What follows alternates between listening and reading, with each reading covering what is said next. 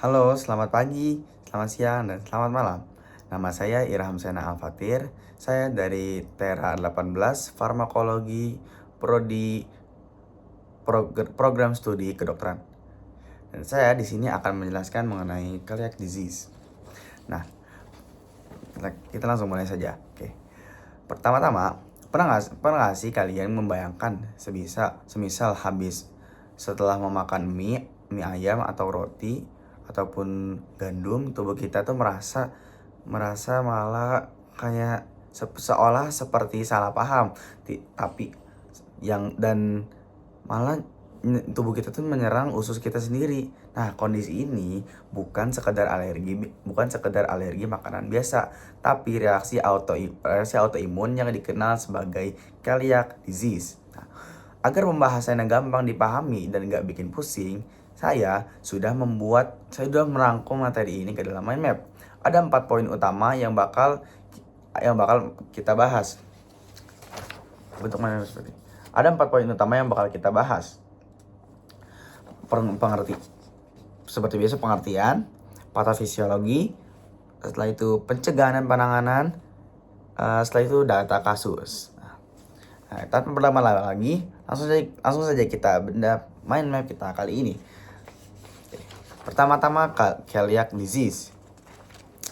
Nah, celiac disease ini seperti yang kita lihat di sini adalah gangguan autoimun kronis yang dipicu oleh konsumsi gluten. Jadi kronis tuh pokoknya udah parah ya. Kronis yang dipicu oleh konsumsi gluten. Gluten tuh seperti yang saya bilang tadi, itu seperti tepung ataupun gandum. Oke, habis itu setelah itu dampaknya ke tubuh kita adalah imun tubuh kita menyerang dan merusak yang tidak seharusnya dirusak. Kayak seperti contoh di sini, merusak villi usus halus dan villi usus halus yang usus halus dan memicu malabsorpsi. Malabsorpsi itu apa?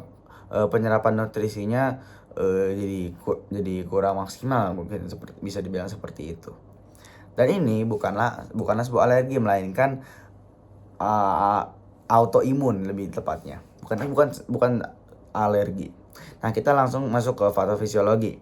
Nah, patofisiologinya, makanan bergluten masuk ke usus halus, sistem imun menjadi seperti yang saya bilang tadi, salah paham, menganggap gluten ini sebagai sebuah ancaman, dan sistem imun tubuh kita malah menyerang villi usus halus sampai rusak, bahkan sampai rata.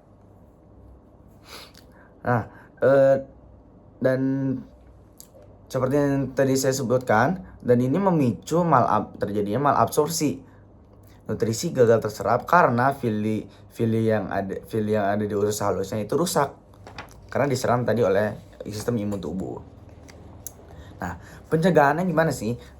Karena setiap penyakit pasti ada pencegahannya. Pencegahan dan penanganan gitu sih.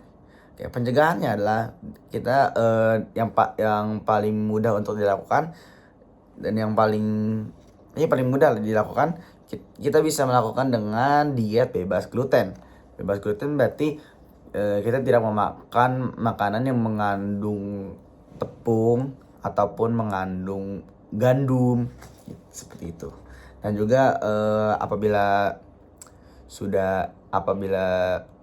mulai muncul jalannya, mungkin bisa di konsultasi ke dokter dan juga screening dan diagnosis gitu.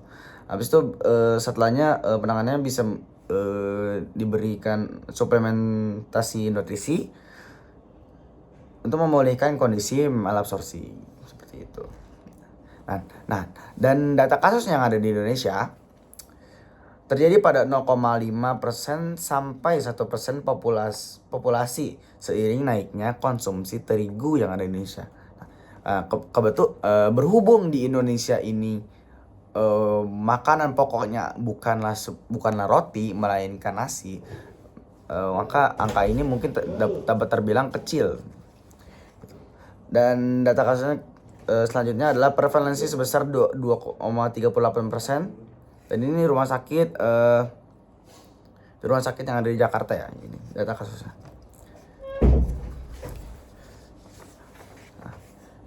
Main mapper sudah kelar, kita sudah membahas 4 tadi, pengertian, patofisiologi, pencegahan dan penanganan, dan juga data kasus.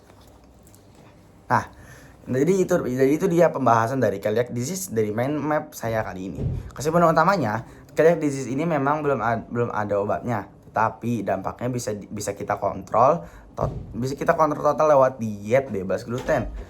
Di Indonesia sendiri angka kasusnya terlihat kecil, bukan karena penyakitnya nggak ada, tapi karena memang masih banyak juga tuh yang belum terdiagnosis dengan tepat. Semoga penjelasan singkat tadi bermanfaat dan bisa menambah wawasan kita tentang penyakit autoimun ini. Terima kasih banyak yang sudah nonton sampai selesai. Sekian, terima kasih dan selamat pagi.